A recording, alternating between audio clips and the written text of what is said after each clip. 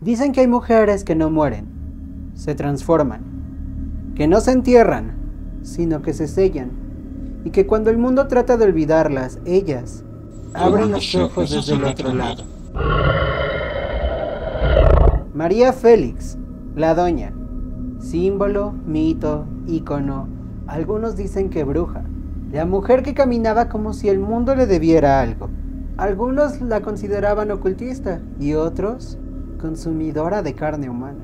Una figura que, según unos cuantos, pactó con lo que no se nombra. Esto no es un homenaje, es una invocación. Porque en los misterios de Sriwa, lo inexplicable no se investiga, se invoca.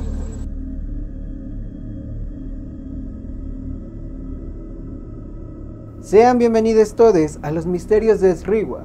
Hoy el caso de María Félix, la doña y sus sombras. Comenzamos. Antes de ser mito fue mujer, antes de ser invocada fue temida, y antes de que el mármol sellara su tumba, María Félix caminaba como si el mundo le perteneciera. Nació el 8 de abril de 1914 en Álamo, Sonora, hija de Bernardo Félix, un militar de origen yaqui, y Josefina Gureña, de ascendencia española. Fue una de 12 hermanos, pero desde niña supo que no era como los demás. Sus hermanas eran rubias, delicadas. Ella era morena, de rasgos afilados y mirada firme. «Yo no nací para ser una mujer más», dijo alguna vez, y no lo fue. Desde joven, María mostró una personalidad dominante, casi ritual. No toleraba la mediocridad, no aceptaba órdenes y no perdonaba traiciones. Su belleza era tan imponente que, según cuentan, cuando caminaba por la calle los hombres bajaban la mirada y las mujeres la maldecían en silencio. Pero lo que pocos sabían es que María Félix tenía una relación profunda con lo oculto, con lo simbólico, con lo astrológico.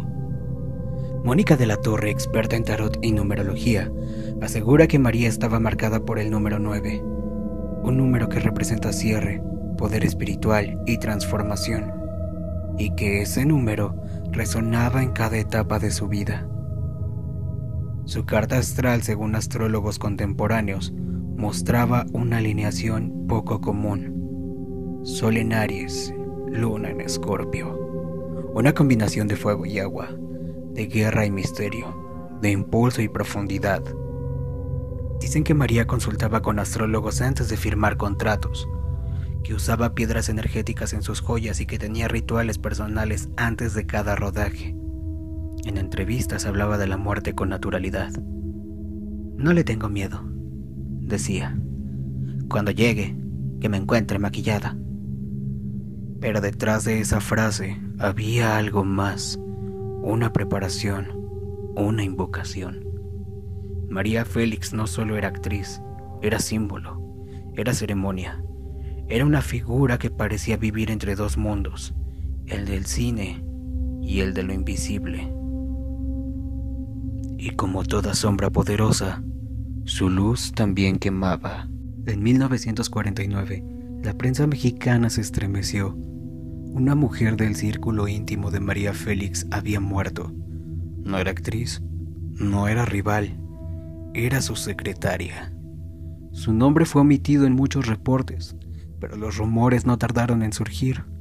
Algunos decían que habían descubierto secretos de la doña, otros que habían intentado chantajearla, y unos pocos que esta mujer había roto un pacto.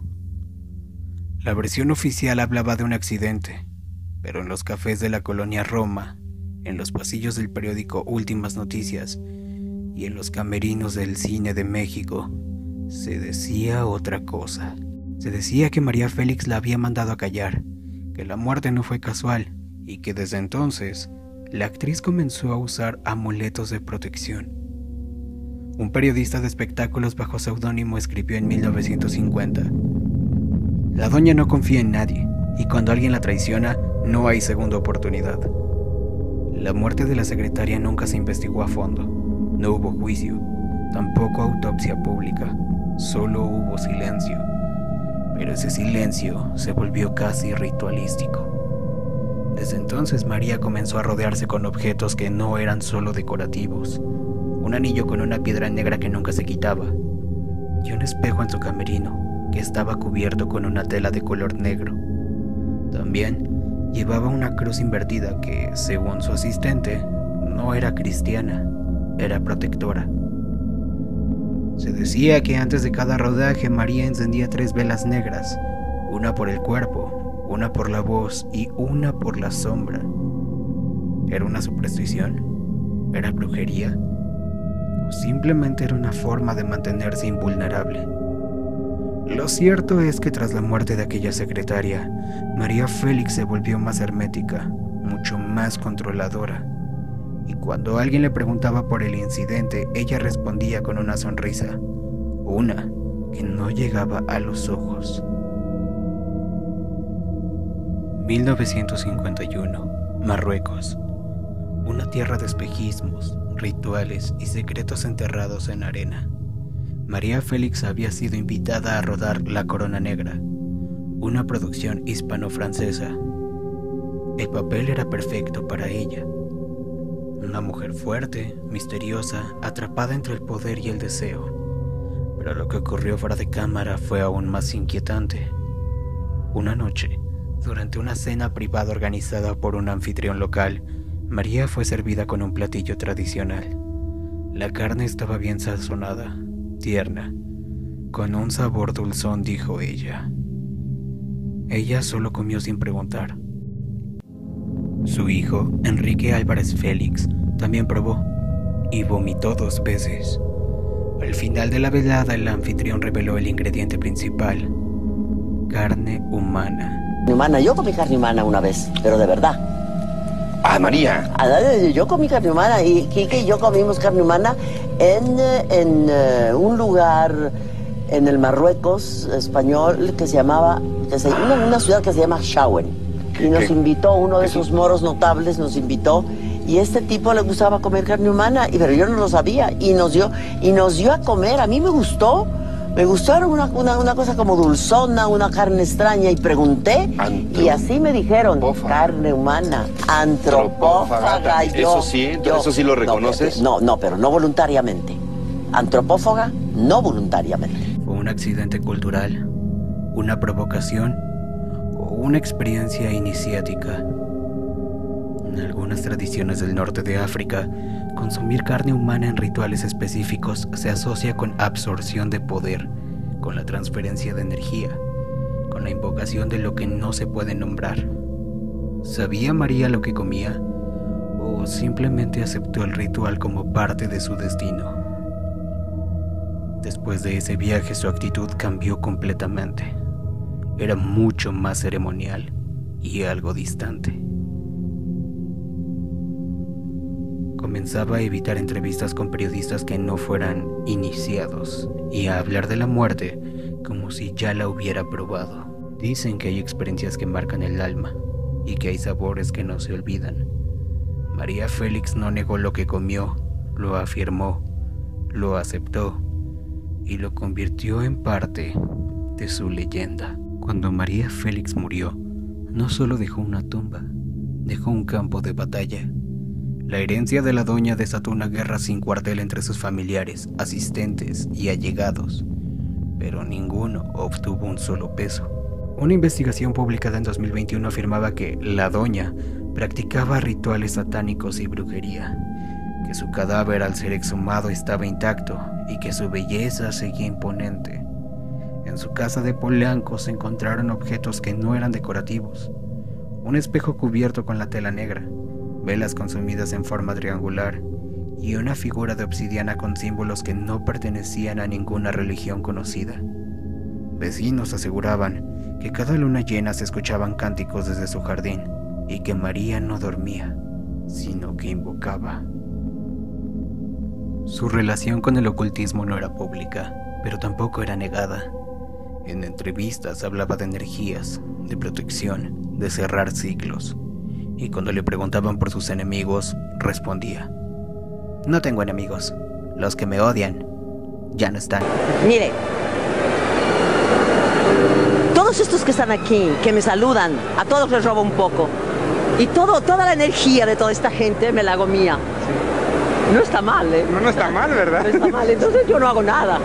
Yo... Como cargar las baterías, ¿no? No, yo robo de los otros. Dicen que los muertos no hablan, pero en el caso de María Félix hay quienes aseguran que nunca dejó de hacerlo.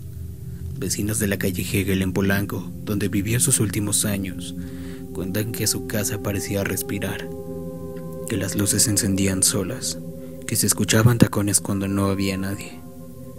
Una vecina entrevistada en el 2003 dijo: "Yo la vi en Bellas Artes, pero sentí que no estaba muerta. Su mirada era la misma, pero había algo, como si el aire se congelara". Periodistas que cubrieron su funeral relatan que el ambiente era extraño, demasiado silencioso, demasiado perfecto, como si todo estuviera ensayado. Alegría Martínez, editora cultural del diario 1+1, la entrevistó en 1993. María le dijo: "No soy un mito, soy una realidad". Pero esa realidad parecía construida como una invocación. Astrólogos que analizaron su carta natal aseguran que su energía era de guerra, de torera, de mujer que no acepta un no por respuesta. Una astróloga de Veracruz escribió: "María Félix tenía una carta astral perfecta para una invocación. Su energía no se disuelve, se transforma". Y en los círculos ocultistas de la Ciudad de México se dice que su nombre aún se usa en rituales de protección, que su imagen colocada en altares aleja traiciones y que su voz aún responde. El 8 de abril de 2002, en la Ciudad de México, a las 4 de la mañana, María Félix murió en su cama, en su residencia de Polanco. La causa oficial: infarto al miocardio. Pero lo que estremeció al país no fue cómo murió, fue cuándo. Ese día la actriz cumplía 88 años. Había nacido un 8 de abril de 1914 y murió exactamente 88 años después. Mismo día, mismo número, mismo ciclo. Para los numerólogos, el 8 representa el infinito, el ciclo eterno, la serpiente que se muerde la cola, y el doble 8 es cierre absoluto. 88 años, 8 de abril, 4 de la mañana. Todo en pares, todo en espejos. Astrólogos consultados por medios especializados señalaron que esa fecha tenía una carga energética inusual, una alineación entre Marte y Saturno que, según ellos, favorecía los cierres rituales, y que la hora del fallecimiento coincidía con el tránsito lunar sobre Escorpio, el signo de la transformación. ¿Fue una coincidencia o fue elegido? Una fuente cercana a la familia que pidió anonimato aseguró que María había pedido no ser despertada ese día, que no quería llamadas, tampoco flores y mucho menos visitas, solo silencio. Algunos medios especularon que la actriz había planeado su partida, que había dejado instrucciones precisas y que incluso había consultado su carta astral semanas antes de su muerte. Pero lo que más inquietó fue la serenidad del cuerpo, la expresión intacta, el rostro sin tensión, como si no hubiera muerto, como si hubiera cruzado en paz. Llegaba agosto de 2002, 5 meses después de su muerte. El cuerpo de María Félix era exhumado. La orden vino de la Procuraduría Capitalina tras una denuncia penal presentada por su hermano Benjamín Félix. El motivo: sospecha de envenenamiento. La necropsia se realizó en el Panteón Francés de la Ciudad de México. El procedimiento fue discreto pero no silencioso. Los rumores se filtraron y lo que se encontró no se pudo ocultar. El cuerpo de María Félix estaba intacto. No tenía signos de descomposición avanzada. No tenía marcas visibles de violencia, pero con un detalle que heló la sangre de los presentes. Tenía los ojos abiertos. Los médicos forenses no ofrecieron explicación pública, solo confirmaron que la postura del cadáver era inusual. Algunos medios especularon que había sido enterrada boca abajo, otros que estaba semidesnuda, pero lo que más inquietó fue la mirada. Una mirada fija, directa, como si el cuerpo se negara a cerrar el ciclo. Expertos en tanatología explican que en ciertos casos los ojos pueden permanecer abiertos por rigidez cadavérica, pero en este caso la expresión era otra. No era tensión, era presencia. Una fuente cercana al equipo forense declaró bajo anonimato: parecía que nos observaba, como si supiera que volveríamos. La prensa cubrió el hecho con cautela, pero en los círculos ocultistas de la exhumación fue interpretado como una señal que María Félix no había sido enterrada, sino que había sido sellada, que su cuerpo conservaba energía y que sus ojos seguían invocando. La doña caminó entre espejos, rituales y silencios, y cuando el mundo creyó que ella murió, ella abrió los ojos desde el otro lado. No para mirar, sino para vigilar. Esto fue Los Misterios de Sriwa, el caso de María Félix, la doña y sus sombras. El conjuro está hecho.